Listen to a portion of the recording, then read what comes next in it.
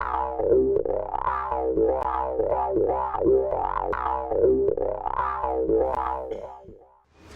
to NetzpolitikTV. My name is Markus Beckedahl and my guest today is Tom Steinberg from My Society. Hi Tom. Hello. What is My Society? Well, we're a little British-based non-profit group that builds democracy websites, things that tell you how to write to your politicians, tell you how they vote, what they do, what they say, all that sort of thing. And who's funding you? We've had money from government, we've had money from donors, from foundations, and we have a bunch of volunteers without who we wouldn't be able to do anything. Let's come to the concrete projects. Can you give some examples? Well, we run something called theyworkforyou.com, which is one of our biggest sites, and that indeed people come to find out what people have been saying in Parliament. It tells you all about whether or not they ever show up to vote, whether they rebel against their own party, or whether they are just stooges of the party who just do whatever their bosses tell them to. And it does a lot of other things like that. And so very often when people just go to Google and they look for their politicians, they will end up here finding out information, subscribing to get email alerts when those politicians speak in Parliament, or just finding out more about them or writing to them. Another one?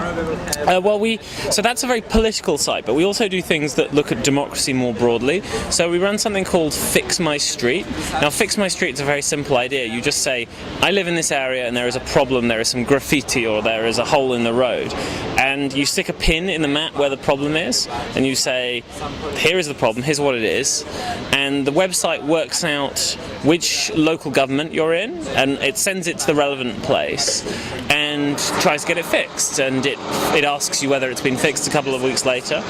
But what makes it different is that all these problems are public, so that people can go and find out whether there are problems in the area, they can find out whether people are discussing them, they can find out whether councillors are talking about them. So it makes the process, the very simple process of fixing things in the area, it makes it sort of a little bit more democratic. What's your motivation?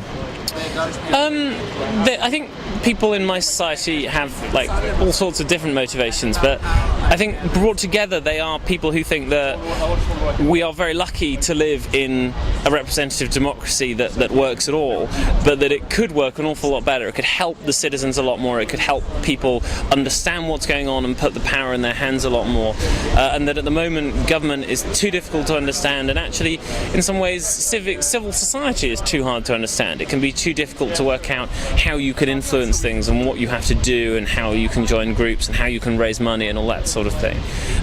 We attempt to just lower the barrier to doing all of these things. Our number one audience is not political addicts, although they do use our sites. Our number one audience is always that person who has never written to their politician before, or who has never reported a problem before, and who just thinks, maybe I'll just give it a go, just have a go, see if there's anything there, and we try and give them the most interesting, engaging kind of experience as possible and try and help them become more political or more civic-minded over time.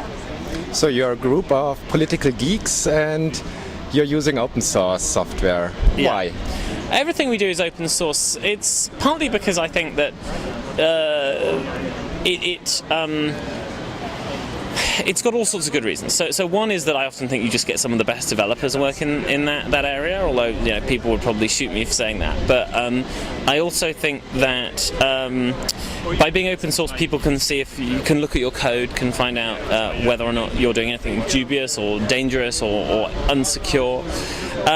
But also because we just like the idea that people can benefit from the work we do in other places, and we like the idea that we can spread the idea that open source helps people share code and share work, so that you don't have to keep rebuilding things and keep spending loads of money on doing them again. And even we run the petitions website for the Prime Minister in the UK, and we made that open source. Now that's great because that means that we have got government to produce an open source tool. That means it's a better tool. That means people can tell us if there are problems with it. But the side benefit is that there's now a really good petitions tool, like one that can handle enormous numbers of people. That's what it's very good at. And now other countries can use that, and other people can use that in other places, and they can do it basically for free. And that is a good thing, I think. It's a good use of public money. What are your next plans? We have two things coming up. We have a freedom of information website that's going to try and make it as easy as possible to make freedom of information requests under the new freedom of information law, and then make a big public archive of those, so that people can find out what other people were looking for. And we're going to build something that's very rare for us, which is another international site, which is going to be called Groups Near You, and it will be about helping people find out which local email lists exist where they live. Little local email lists that cover one street or one building, and it will give that information out to other sites. And the goal here is that in the long run, you can go to a site like Fix My Street and say, I have a problem here, and you can report it, and then it can say, oh, did you know there's actually a community group, and since you clearly care about your community, maybe you'd like to become part of that.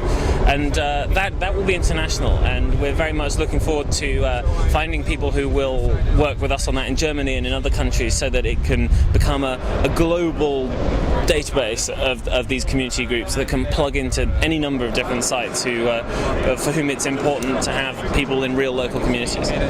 Okay, yeah, then I wish you good luck and thank you for the interview. Thank you very much.